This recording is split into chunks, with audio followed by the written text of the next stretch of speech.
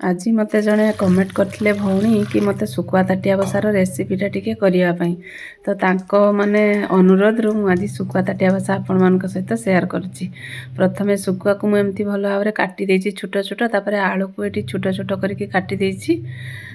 ତାପରେ ଗରମ ପାଣିରେ ତାକୁ ଟିକେ କିଛି ସମୟ ବତୁରେଇ ଦେଇକି ମୁଁ ଧୋଇ ଦେଇଛି, କାହିଁକିନା ତାର ଯେତେ ସବୁ ଧୂଳି ଆଉ ଆଇଁଷ ଅଂଶଟା ଛାଡ଼ିଯିବ।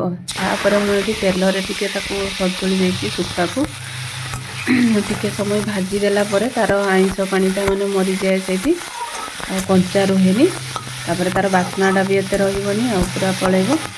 ତାକୁ ଟିକେ ସମୟ ଭାଜି ଦେଇଛି। ତାପରେ ମୁଁ ଆଳୁକୁ ବି ତା ସହିତ ଏମିତି ଭାଜି ଦେଇଛି, ତା ସହିତ ମିଶେଇକି ତେଲରେ ଭାଜି ଦେଇଛି। ପୁରା ମିଶେଇକି କିଛି ସମୟ ପୁରା ଏମିତି ତେଲ ଦେଇକି ଭାଜି ଦେଇଛି।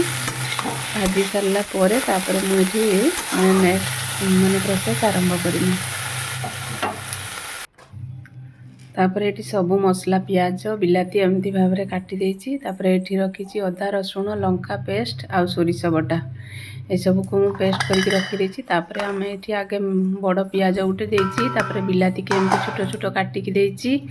ତାପରେ ଏଠି ପେଷ୍ଟ ଅଦା ରସୁଣ ଲଙ୍କା ପେଷ୍ଟକୁ ମୁଁ ବାଟିକି ଏକା ସାଙ୍ଗରେ ରଖିଥିନି, ଟିକେ ରାଗ କଲେ ଆଉ ଟିକେ ଭଲ ଲାଗେ। ତାପରେ ସୋରିଷ ବଟାକୁ ଦେଇଦେନି, ତାପରେ ଲୁଣ ଦେଇଦେଲା, ତାପରେ ହଳଦୀ ଏଭଳି ଭାବରେ ସବୁକୁ ମସଲା ସବୁ ପକେଇଦେନି। ତାପରେ ଗୋଟା ଜିରା ଟିକେ ଦେବେ, ଗୋଟା ଜିରା ଦିନେ ଟିକେ ତାର ବାସ୍ନାଟାର ବଢ଼ିଆ ଟେଷ୍ଟ ଆସେ। ତାପରେ ତେଲ ସୋରିଷ ତେଲକୁ ଏମିତି ଟିକେ ବେଶୀ ଦେଇକି ସୋରିଷ ତେଲ ତାକୁ ପୁରା ଏମିତି ଚକଟି ମୁଁ ଗୋଳେଇ ଦେଇଛି।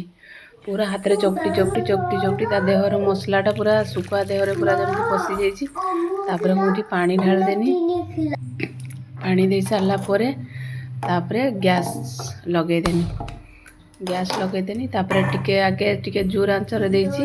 ତାପରେ ଏଠି କଞ୍ଚା ଲଙ୍କା 3-4ଟା ପକେଇ ଦେଇଛି, କାହିଁକିନା କଞ୍ଚା ଲଙ୍କା ଦେଲେ ଟିକେ ଟେଷ୍ଟ ଅଧିକ ହୁଏ। ଗୋଟା କଞ୍ଚା ଲଙ୍କାକୁ ମୁଁ ଦେଇଛି। ତାପରେ ଏମିତି ତାଟିଆ ବସେଇ ଦେଇଛି। ଏମିତି ଗୋଟେ ସିଲଭର ତାଟିଆ ବସାଟା କଲେ ଟିକେ ଭଲ ହୁଏ। ତାପରେ ତାଟିଆ ବସା ଏଠି ଫୁଟିଗଲେ